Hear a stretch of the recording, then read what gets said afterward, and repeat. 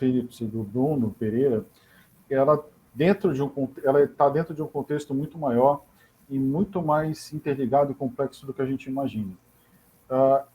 Esse acontecimento trágico, ele vem na esteira de uma série de problemas que nós temos aqui na Amazônia, que diz respeito à falta de vigilância, à falta de estrutura, à falta de assistência social, principalmente no interior, e a um quadro de criminalidade extremamente grave que existe na exploração predatória da Amazônia.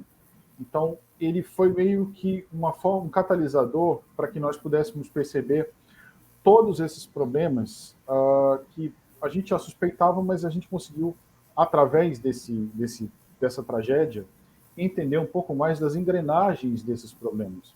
Então, a partir do momento que você tem um incidente internacional, porque foi um incidente internacional, uma vez que se trata de um jornalista britânico, ou seja, de renome, conhecido no nosso meio, muito conceituado, e, por outro lado, de um indigenista com muito tempo de experiência, com muita vivência na Amazônia, e que já vivia pessoalmente uma situação de extremo perigo. Ele já era uma pessoa visada pelos criminosos da região, e estava em Brasília antes do ocorrido, e veio para o Amazonas justamente para ajudar o Dom num documentário para denunciar os problemas daquela região. E aconteceu essa fatalidade, foi meio que um rastilho, a faísca que causou uma explosão. Né? A vinda deles dois, esse crime ocorreu, mostrando todo esse contexto de problemas que a gente tem por aqui. Então, a partir do momento que você tem uma tragédia, que é um incidente internacional, e também algo que fere, e a forma como aconteceu também, a gente precisa entender o seguinte: o Bruno, ele era basicamente o responsável por mapear, por fiscalizar e vigiar e até aplicar multas em uma região gigantesca. Eles sofreram uma emboscada num barco que não era apropriado, não tinha velocidade adequada para fazer esse tipo de fiscalização, porque ele era extremamente lento, ele não era tão rápido quanto os outros barcos que são usados na região. Então, todos essas nuances, esses pequenos detalhes desse caso mostram muito bem o que a gente está enfrentando aqui: falta de estrutura, falta de assistência do Estado, falta de presença de forças de segurança, falha das Forças Armadas que não vigiam adequadamente as fronteiras. Então, tudo isso acabou sendo mostrado nesse caso.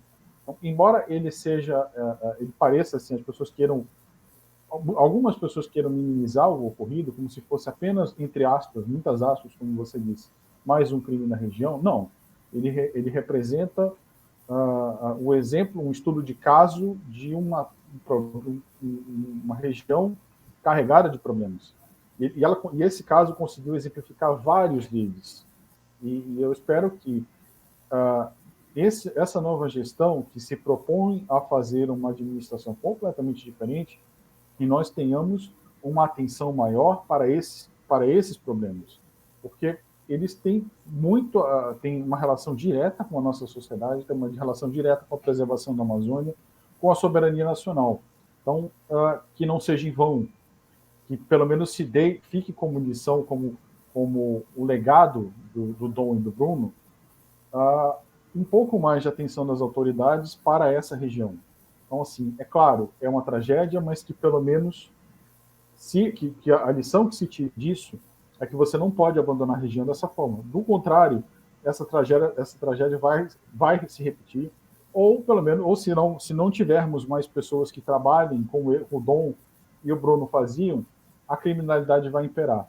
Então, eu espero sinceramente que esse caso, essa tragédia, essa perda terrível, sirva para alertar as autoridades dessa nova gestão para que olhem com um pouco mais de cuidado para a região amazônica.